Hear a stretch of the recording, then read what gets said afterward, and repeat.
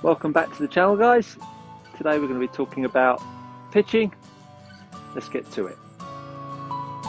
Pitching is one of the, well, I mean, there's so many important parts to the game, isn't there? But pitching itself, really, after you've hit yourself a good drive, is one of those shots that you feel like it's either going to make or break your score.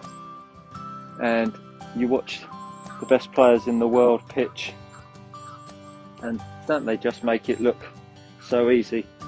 I mean, I think we should be mindful of the fact that the best players in the world are practicing it all day and every day.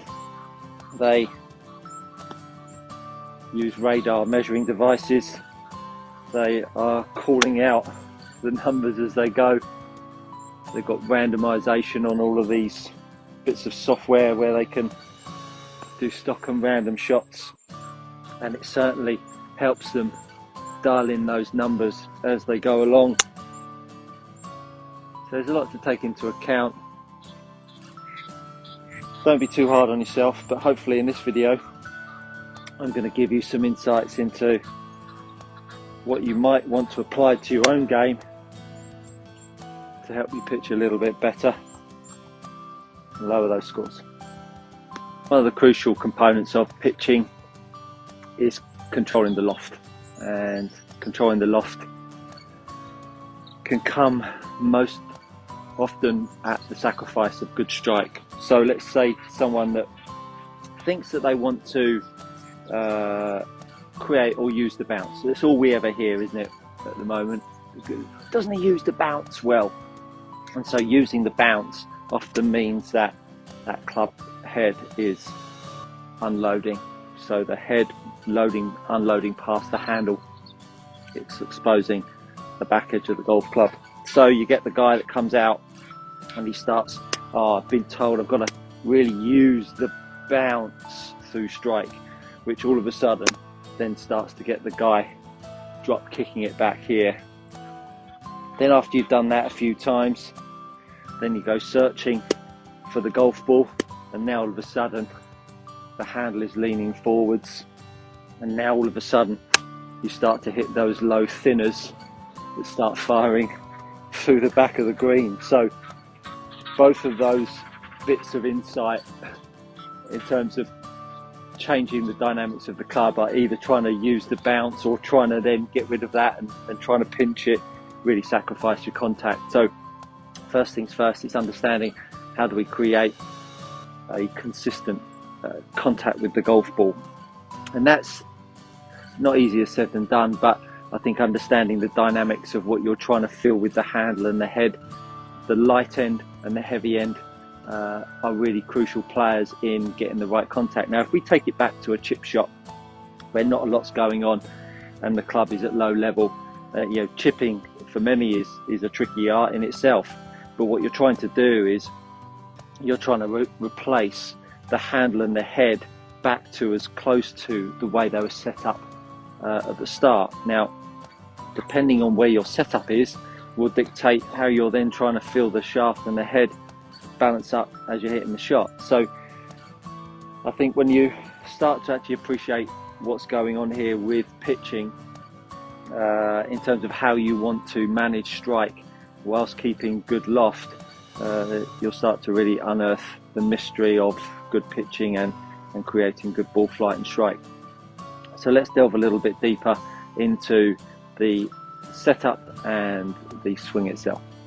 So I think first thing first is that we've got to appreciate that when we're playing pitch shots, we're not trying to play straight to the target. It's so easy when you get to short range, isn't it, that we start to make this handle really go at the target, play along. There's so many ramifications to that understanding. If we look at a standard golf shot here, when I move the golf club back, we can see how the club head works inside the ball line, and then on the way through we're looking for that club head to work back inside the ball line, obviously relative to the target. Often we see golfers trying to make the club go along the ball line, and that in itself creates a problem with the club face, you can see as I move that handle forwards, that face and loft looks out to the right hand side here. So you try and make that handle go along to your target and you've got a real issue. So that handle forwards makes a golfer feel like they can create shaft lean, and also it can make them feel like they can create a divot. Unfortunately, the pressure of that handle shouldn't be moving to the target. It should actually be moving down underneath us. By moving the handle pressure down underneath us, what that actually creates is force into the floor. So force into the floor, well then you can see them immediately start to move the shaft lean forwards and create more dig. And everyone's going, holy moly, dig, what are you talking about, Stuart? We want to use the bounce. Well, let's talk about that a little bit later. So if I've now got a pressure going down this way, which is actually away from my chest, all of a sudden I start to have much longer arms. And if I then got posture that I've created at the start, if I'm pushing something away from my posture, which is back extension if you like, now I've got two opposing forces. And what that does, at the point where I'm, sorry about all the birds in the background here if you can hear them, if I've got a force going down away from my chest and I've got my chest holding shape, now I've got an opportunity to start to manage the base of the golf swing. So as I'm swinging this golf club here, I'm trying to feel my back extension going against the pressure down of the handle. And because of those two forces, actually I keep the handle in a very similar spot to where it started, and it manages the gap, let's say the shoulder and the head are from each other, which makes the low point of the golf swing the same. So without thinking about anything other than those two pressure and forces, so the handle pushing down and my back pushing up, particularly as I'm coming through strike, now I'm feeling a force down that way. And if you can imagine a force coming up through the top of my spine, now I can create a force into the deck that allows me to create good interaction with the floor. If I was just to push down into the ground this way, taking a divot, and I didn't manage my spine angle, my good posture, I could start to get into that sort of territory, pushing the handle down and starting to take some filthy divots.